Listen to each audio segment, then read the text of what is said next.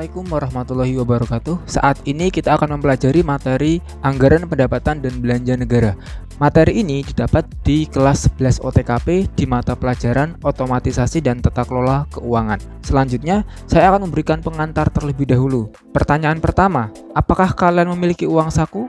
Tentu sebagian besar menjawab, ya, memiliki. Uangnya mau buat apa saja? Ada yang mau membuat belanja kebutuhan pribadi, membeli alat sekolah dan transportasi.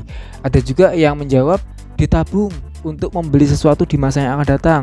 Ada juga yang menjawab diinvestasikan atau disimpan dahulu untuk mendapatkan hasil yang lebih tinggi di esok hari atau diberikan reksadana atau lain sebagainya. Dari hasil jawaban itu, artinya kamu memerlukan perencanaan keuangan agar dapat memenuhi kebutuhanmu. Satu kata kunci yang kita ambil di sini adalah perencanaan keuangan. Merencanakan kebutuhan keuangan untuk keperluan pos-pos atau untuk keperluan-keperluan tertentu yang akan membantumu di masa yang akan datang. Pertanyaan kedua, pemerintah atau negara tentu memiliki uang yang banyak untuk masyarakatnya. Dan pemerintah pasti melakukan perencanaan keuangan untuk membiayai itu semua, bukan? Nah, perencanaan keuangan di tingkat negara oleh pemerintah kita mengenal dengan istilah APBN. Masuk ke poin pembahasan terlebih dahulu. Kalian sudah mengetahui pengantar, setidaknya kalian sudah memiliki bayangan perencanaan keuangan itu seperti apa. Nah, di pertemuan ini kita akan membahas beberapa poin. Yang pertama, pengertian APBN. Apa itu APBN? Yang kedua, fungsi APBN. Ada 3 fungsi. Yang ketiga, tujuan APBN. Apa tujuan APBN bagi negara kita? Yang keempat, sumber penerimaan negara atau penerimaan APBN itu dari mana saja? Dan yang kelima, jenis pengeluaran negara. Pengeluaran negara atau uang negara itu digunakan untuk apa saja sih? Nah, 5 poin ini akan kita bahas di pertemuan kali ini. Selanjutnya, pengertian APBN. Apa itu APBN? APBN adalah rencana keuangan pemerintah atau negara yang di dalamnya terdapat rencana penerimaan dan pengeluaran selama 1 tahun anggaran. APBN diajukan pemerintah pusat dan disetujui oleh DPR. Jadi, selama 1 tahun anggaran ada namanya perencanaan. Uang ini selama 1 tahun mau digunakan untuk apa saja. Kemudian kira-kira negara mendapatkan uang itu dari mana saja. Nah, perencanaan ini baik penerimaan atau pengeluaran itu namanya adalah APBN. Ibarat sebuah bahtera atau kapal kayu, APBN seolah bahan bakar yang menentukan kemana kapal dapat berlayar hingga akhirnya mampu berlabuh. APBN menjadi motor penggerak meraih tujuan bangsa mewujudkan masyarakat sejahtera, adil dan makmur. Itu adalah pengertian dari APBN. Selanjutnya, fungsi APBN. Kenapa ada APBN? Memang untuk apa APBN? Fungsi APBN itu ada 3. Yang pertama, fungsi alokasi. Yang kedua, fungsi distribusi. Dan yang ketiga, fungsi stabilisasi. Kita akan membahas satu persatu dari ketiga fungsi ini. Fungsi yang pertama, fungsi alokasi. Apa itu fungsi alokasi?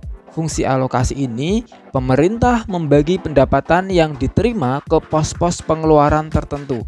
Contoh nih, ada postur APBN 2021 menurut fungsi di bawah ini. Ada pendidikan sebesar 9%, perlindungan sosial 13%, pelayanan umum 26%, pertahanan sekian persen dan lain-lain sebagainya. Nah, itu adalah setiap pengeluaran itu adalah pos-pos pengeluaran. Jadi uang yang dimiliki oleh pemerintah dibagi setiap dengan pos-pos pengeluaran yang ada sesuai dengan perencanaannya. Untuk ini adalah tahun 2021. Itu yang fungsi pertama. Selanjutnya fungsi yang kedua adalah fungsi distribusi. Apa itu fungsi distribusi? Pemerintah mengatur keseimbangan anggaran pendapatan antar wilayah dan kelompok agar dapat menghasilkan keadilan. Contohnya apa? Masyarakat itu memiliki status sosial, kaya, menengah, dan juga miskin. Masyarakat yang kaya pasti membayar pajak yang lebih tinggi daripada masyarakat yang menengah atau berkecukupan. Sementara bagi masyarakat yang termasuk dalam kategori miskin, mereka tidak perlu membayar pajak, bahkan diberi bantuan seperti BLT, subsidi listrik atau subsidi BBM dan lain sebagainya. Ini adalah fungsi distribusi. Apa itu subsidi? Dari kalimat ini saya memberikan contoh subsidi listrik atau subsidi BBM. Nah, sekarang pertanyaannya, apa itu subsidi? Subsidi adalah bantuan dari pemerintah yang biasanya disalurkan dalam bentuk tunai, pemotongan biaya, hingga pengurangan pajak. Subsidi diberikan untuk meringankan beban masyarakat dan seringkali dianggap sebagai tujuan kepentingan umum. Selanjutnya, fungsi yang ketiga adalah fungsi stabilisasi, di mana anggaran pemerintah akan menjadi alat untuk memelihara dan mengupayakan keseimbangan pokok perekonomian. Contohnya, ketika muncul coronavirus disease 2019 atau COVID-19, pemerintah memberikan stimulus ekonomi berupa penurunan pajak atau bantuan uang tunai bagi pekerja tertentu, serta berbagai bantuan lainnya. Tujuannya agar daya beli masyarakat tetap bagus saat pandemi dan membaiknya kegiatan ekonomi yang ada di masyarakat. Apa itu stimulus ekonomi? Stimulus ekonomi adalah kebijakan ekonomi dalam hal keuangan yang diberlakukan oleh pemerintah untuk mengatasi krisis ekonomi atau mempercepat pembangunan ekonomi. Berbagai kebijakan-kebijakan ekonomi dalam hal keuangan yang diberikan itu tujuannya untuk membangun ekonomi, itu namanya adalah stimulus ekonomi. Kemudian, apa itu daya beli masyarakat? Daya beli adalah kemampuan masyarakat dalam membelanjakan uangnya dalam bentuk barang ataupun jasa. Daya beli menggambarkan tingkat kesejahteraan yang dinikmati oleh penduduk sebagai dampak semakin membaiknya ekonomi. Ya, ketika daya beli masyarakat tinggi, maka masyarakat memiliki uang untuk membeli suatu barang atau jasa. Sementara jika daya beli masyarakat rendah, maka masyarakat akan kesulitan dalam membeli berbagai barang atau jasa. Daya beli itu kemampuan untuk membeli, begitu ya. Yang ketiga, selanjutnya itu kita membahas tujuan APBN.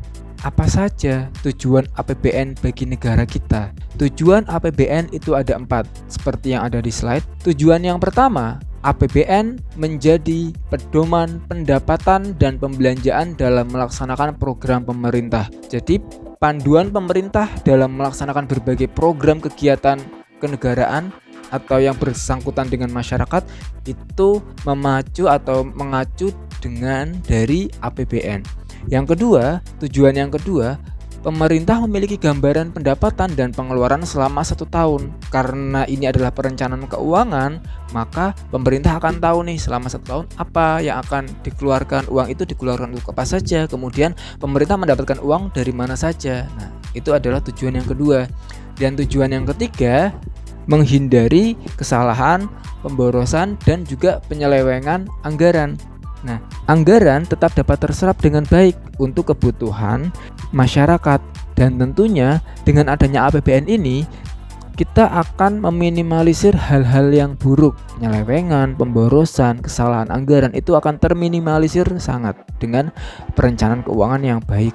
Dan tujuan yang keempat, meningkatkan pertumbuhan ekonomi dan juga mengurangi kesenjangan sosial serta kemiskinan. Selanjutnya, sumber penerimaan APBN. APBN itu kan perencanaan keuangan atau perencanaan anggaran. Sumber dananya dari mana ya? Sumber penerimaan negara itu ada 2. Yang pertama, penerimaan dalam negeri. Yang kedua adalah hibah. Untuk penerimaan dalam negeri itu ada 2 juga.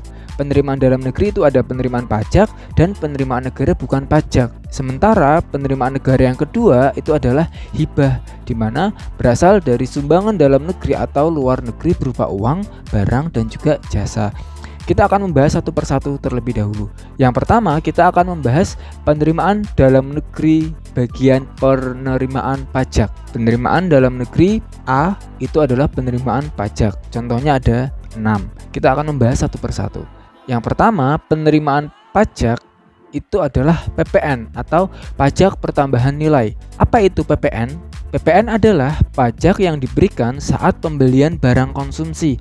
Contohnya apa? Ketika kita membeli barang di supermarket, mall, atau tempat belanja lainnya, kita akan membayar biaya yang lebih tinggi daripada harga yang ada di rak. Selisih pembayaran itu namanya adalah PPN. Atau contoh yang lain, jika kita makan atau minum di kafe ataupun restoran, maka kita juga akan membayar biaya yang lebih tinggi daripada yang ada di daftar menu. Nah, selisih itu biasanya 10%. PPN ini dikenakan kepada konsumen. Kalau kita sebagai konsumen, maka kita melakukan pembayaran PPN ini. Selanjutnya, Penerimaan pajak yang kedua adalah PBB atau pajak bumi bangunan, yaitu pajak yang diambil atas tanah dan bangunan. Contohnya apa? Bagi masyarakat yang memiliki hak atas tanah dan bangunan yang ditempati, maka setiap tahun wajib membayar pajak kepada pemerintah. Contoh, ketika kalian punya rumah, maka setiap tahun kalian wajib untuk membayar PBB setiap 1 tahun sekali. Kemudian, penerimaan pajak yang ketiga itu adalah PPh atau pajak penghasilan. Pajak penghasilan adalah pajak yang dibebankan kepada penghasilan perorangan, perusahaan, atau badan hukum lainnya. Contohnya apa? Bagi masyarakat yang bekerja dan memperoleh penghasilan, dan penghasilan itu sudah melebihi ketentuan perpajakan tertentu, maka mereka perlu membayar pajak. Contohnya, kalau yang bekerja itu para pegawai yang ada di kantor. Biasanya para pegawai itu menerima gaji sudah termasuk pemotongan PPh. Jadi contoh gaji itu 3 juta, gaji pegawai 3 juta. Biasanya pegawai itu menerima uang mungkin 2.900.000 sekian. Nah, pemotongan itu sudah dibayarkan oleh instansinya atau kantornya untuk membayar PPh ini. Kemudian penerimaan pajak yang keempat itu adalah BPHTB atau kepanjangan dari Bea Perolehan Hak Atas Tanah dan Bangunan. Apa itu? Pajak jual beli yang harus dibayarkan saat seseorang membeli sebuah tanah atau bangunan. Contohnya nih, ketika kalian mau melakukan transaksi jual beli tanah atau bangunan, maka pembeli wajib membayar BPHTB. Ini contohnya ketika kita membeli sebuah rumah atau membeli tanah, maka proses jual beli itu ada pajak yang harus dibayar. Jika ini deal atau setuju, pembeli perlu membayar BPHTB. Itu contohnya. Kemudian penerimaan pajak yang kelima itu adalah bea cukai. Apa itu bea cukai? Bea cukai yaitu pungutan negara yang dipakai pada beberapa barang yang diimpor serta diekspor. Itu adalah pengertian bea. Dan cukai adalah pungutan negara yang dipakai pada beberapa barang spesifik yang memiliki karakter maupun ciri khas yang diputuskan dalam undang-undang. Contohnya nih, kalian mungkin pernah melihat bungkus rokok ya. Di rokok itu ada namanya pita cukai ya. Kenapa rokok, minuman keras itu perlu diberikan bea cukai ini? Karena barang-barang itu merupakan contoh dari barang yang perlu diawasi oleh pemerintah. Di rokok, di minuman keras itu ada namanya pita cukai yang menandakan barang-barang itu sudah resmi atau sudah legal dan berhak untuk diedarkan ke masyarakat. Kemudian penerimaan pajak yang keenam adalah perdagangan internasional. Ini kaitannya dengan ekspor dan impor. Apa itu perdagangan internasional? Perdagangan internasional adalah perdagangan yang dilakukan oleh penduduk suatu negara dengan penduduk negara lain atas dasar kesepakatan bersama. Contoh nih, ketika kita akan menjual barang ke luar negeri atau ekspor, maka kita akan dikenakan pajak. Atau ketika kita membeli sebuah barang dari luar negeri, maka kita juga akan dikenakan pajak. Pajak yang dikenakan oleh transaksi ekspor dan impor itu adalah jenis dari perdagangan internasional. Begitu, itu adalah keenam contoh penerimaan pajak. Selanjutnya, tadi kan penerimaan dalam negeri ada dua nih, penerimaan pajak dan penerimaan negara bukan pajak. Nah, setelah ini kita akan membahas penerimaan negara bukan pajak. Itu ada 4, minyak dan gas, non-migas, badan layanan umum, dan juga laba BUMN. Kita akan bahas satu persatu penerimaan negara bukan pajak.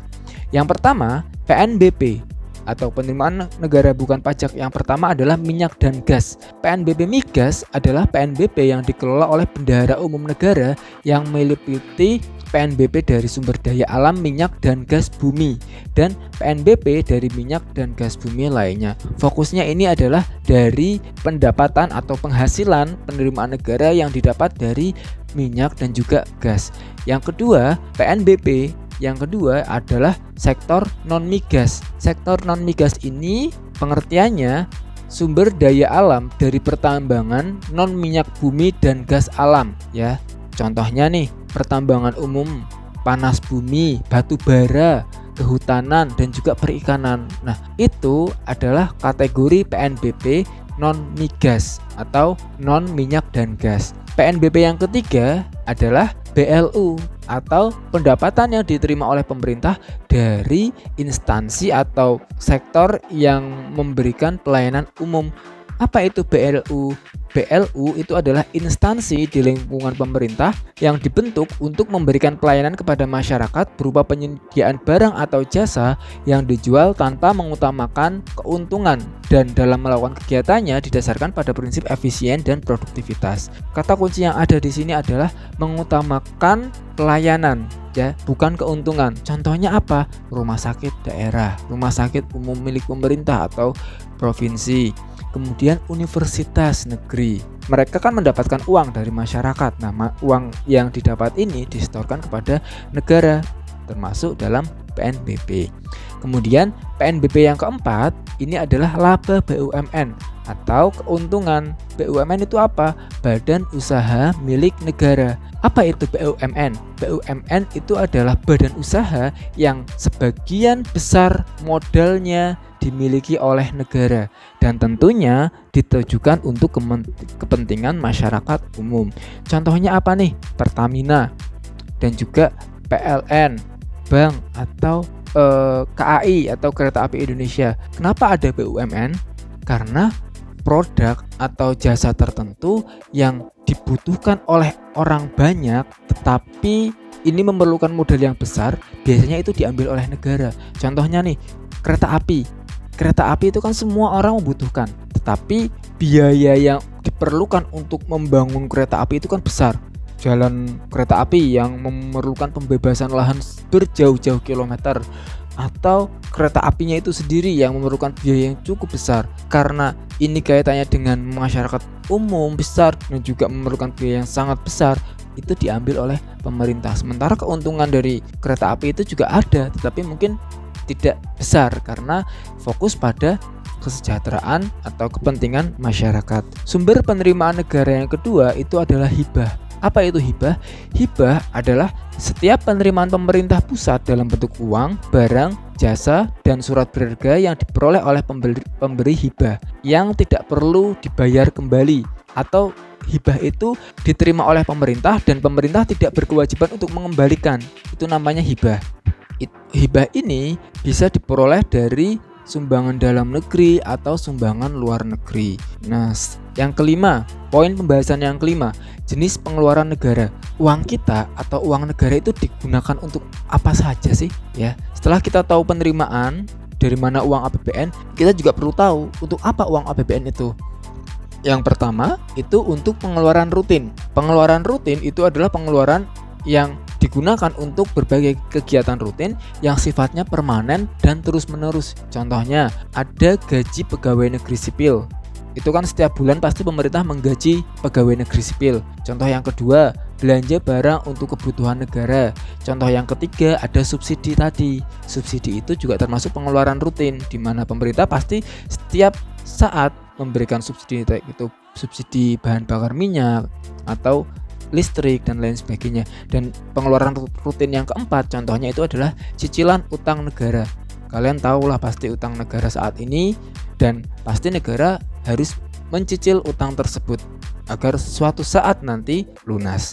Dan belanja pemerintah pusat yang kedua itu adalah pengeluaran pembangunan. Pengeluaran pembangunan ini sifatnya tidak rutin setiap tahun, tapi bersifat temporer. Temporer itu bisa artinya darurat atau sementara waktu. Contohnya proyek jalan tol, pembiayaan rupiah seperti tabungan pemerintah atau biaya program. Dan pengeluaran APBN yang kedua untuk belanja pemerintah daerah. Belanja pemerintah daerah itu ada dua.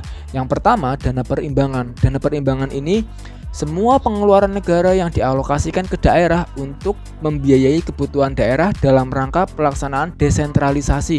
Desentralisasi itu adalah pemberian kewenangan kepada daerah tertentu. Ini kita kenal dengan istilah otonomi daerah. Dana perimbangan itu juga ada 3 kategori: dana bagi hasil, alokasi khusus, dan juga alokasi umum. Dan belanja pemerintah yang kedua itu adalah dana yang dialokasikan untuk membiayai pelaksanaan otonomi khusus suatu daerah atau biasa disebut dengan dana otonomi khusus dan penyesuaian. Contohnya, dana ini digunakan untuk daerah Papua atau daerah istimewa Yogyakarta. Nah, selengkapnya terkait belanja pemerintah daerah ini akan kita jelaskan lebih detail lagi pada materi APBN di pertemuan yang akan datang. Oke, Terima kasih anak-anak dan juga terima kasih para penonton telah menyaksikan presentasi saya kali ini. Kurang lebihnya mohon maaf. Wabillahi taufik wal hidayah. Wassalamualaikum warahmatullahi wabarakatuh.